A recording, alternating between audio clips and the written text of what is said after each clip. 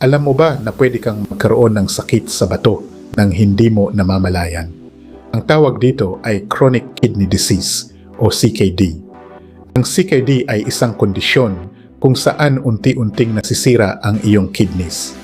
Kapag hindi na sila gumana ng maayos, naiipon ang toxins sa katawan at pwedeng humantong sa dialysis o mas malalang komplikasyon. Karaniwang sanhi nito ay mataas na blood pressure, diabetes at sobrang alat o unhealthy na pagkain. Ang mas delikado, madalas wala kang mararamdaman na sintomas sa simula. Pero ang good news, pwede mo itong maiwasan. Uminom ng sapat na tubig araw-araw. Iwasan ang sobrang alat at processed foods. Mag-e-exercise ng regular. At bantayan ang iyong blood sugar at blood pressure. Mas mabuti rin ang regular na check-up.